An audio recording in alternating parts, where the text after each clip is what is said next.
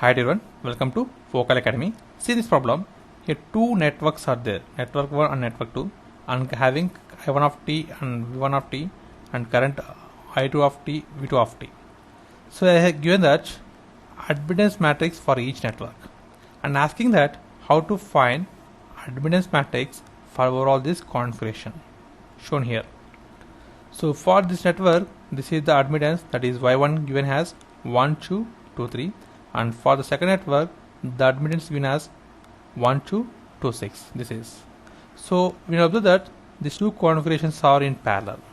So whenever networks are in parallel, the overall admittance equal to sum of all the admittances of each network, that is overall admittance Y for the overall network, that is equal to sum of the admittances, that is Y1 plus Y2.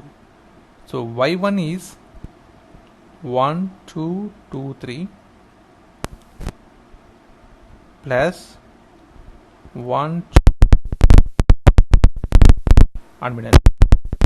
Corresponding element 1 plus 2 plus 2 4, 2 plus 2 4, 3 plus 2 9.